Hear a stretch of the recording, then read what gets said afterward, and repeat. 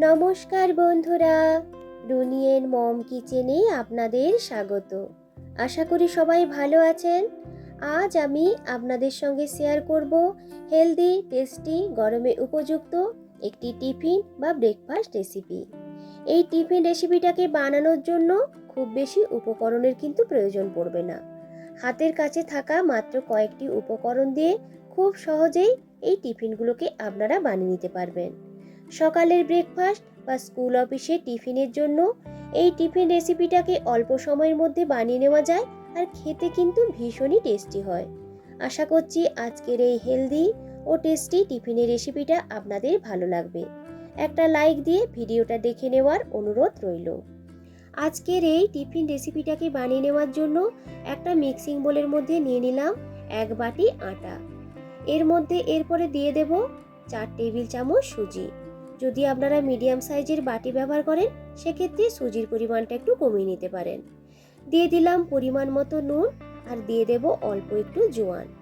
প্রথমে আগে সমস্ত শুকনো উপকরণগুলোকে আটা এবং সুজির সাথে ভালো করে মিশিয়ে নেব। এরপর এর মধ্যে দিয়ে দেব সেদ্ধ করে গ্রেট করে রাখা একটা মিডিয়াম সাইজের আলু, আর এখানে নিয়েছি একটা ছোট সাইজের গ্রেট করে নেওয়া গাজর, ধনেপাতা কুচি, কাঁচা লঙ্কা কুচি আর পেঁয়াজ কুচি। যদি আপনাদের কাছে ধনেপাতা না থাকে সেক্ষেত্রে আপনারা এখানে কাসুরি মেথিও কিন্তু ব্যবহার করতে পারেন। আর ঝালের পরিমাণটা অবশ্যই আপনারা আপনাদের প্রয়োজন মতো নিয়ে নেবেন। সব কিছুকে দিয়ে দেব ওই মিক্সিং বোলটার মধ্যে। এরপর এর মধ্যে দিয়ে দিলাম একটা গ্রেট করে নেওয়া মিডিয়াম সাইজের টমেটো আটা দিয়ে এই রেসিপিটা অবশ্যই কিন্তু একবার ট্রাই করে দেখবেন, খেতে কিন্তু ভীষণই টেস্টি হয়। তো দেখুন, এরপর আটা এবং সুজির সাথে সমস্ত উপকরণগুলোকে প্রথমেই ভালো করে একটু মিশিয়ে নেব। এরপর এর মধ্যে অ্যাড করে দেব জল। এখানে যে বাটি মাপ করে আমি আটা নিয়েছিলাম, প্রথমে সেই বাটি মাপ করে 1 বাটি জল নিয়েছি। জলটাকে কিন্তু একটু একটু করে এর মধ্যে অ্যাড করব, একসঙ্গে খুব বেশি জল কিন্তু অ্যাড করবেন না। তো দেখুন, এইভাবে একটু একটু করে জল অ্যাড করে ভালো করে মিশিয়ে নিয়ে একটা ব্যাটার তৈরি করে নেব। চেষ্টা করবেন এই ব্যাটারটার মধ্যে যাতে কোনো রকম লাম্পস না থাকে। আর ব্যাটারটাকে এখানে কিন্তু একটু ঘন করেই তৈরি করে নিতে হবে। আমি আপনাদেরকে শেষে বলে দেব যে এই ব্যাটারটা তৈরি করার জন্য কতটা জল এখানে আমার লেগেছিল। তো দেখুন, এইভাবে একটা ঘনভাবে ব্যাটারটা তৈরি করে নিয়েছি। এই ব্যাটারটা তৈরি করার জন্য এই বাটি মাপ করে 1.5 বাটি মতো জল নিয়েছিলাম। একটু জল কিন্তু এখানে বেশি হয়ে গেছে। পরে যদি প্রয়োজন হয় এই জলটা সেখানে আমি ব্যবহার করে নেব। হাতে যদি সময় খুব কম থাকে তাহলে আপনারা কিন্তু সঙ্গে সঙ্গে এই টিফিনগুলোকে বানিয়ে নিতে পারবেন। আমি রেস্টে করার জন্য কিছুক্ষণ রেখে দিলাম। প্রায় 4-5 মিনিটের মতো একটু রেস্টে রেখে দিয়েছিলাম। তো দেখুন, সুজিটা কিন্তু খুব সুন্দরভাবে ফুলে উঠেছে আর ব্যাটারটা কিন্তু অনেকটাই ঘন হয়ে গেছে। এরপর ভালো করে ব্যাটারটিকে একটু মিশিয়ে নেওয়ার পর এর মধ্যে বাদবাকি যে জলটা ছিল সেই জলটাও দিয়ে দেব। টোটাল ব্যাটারটা তৈরি করতে এখানে কিন্তু 1.5 বাটির মতো জলের প্রয়োজন হয়েছিল। জলের পরিমাণটা আপনাদের কিন্তু একটু কম বেশি হতেই পারে। তো দেখুন, সমস্ত কিছুকে ভালো করে মিশিয়ে নিয়েছি। এরপর এর মধ্যে দিয়ে দিলাম অল্প একটু চিনি আর দিয়ে দেব 1 টেবিল চামচের মতো রিফাইন্ড অয়েল। চিনিটা দিলে দেখবেন টেস্টটা কিন্তু খুব ভালো আসবে। তো সব কিছুকে ভালো করে মিশিয়ে ব্যাটারটি তৈরি করে নিয়েছি। তো দেখেই বুঝতে পারছেন ব্যাটারটা কিন্তু খুব বেশি ঘন না, আবার খুব বেশি পাতলাও নয়।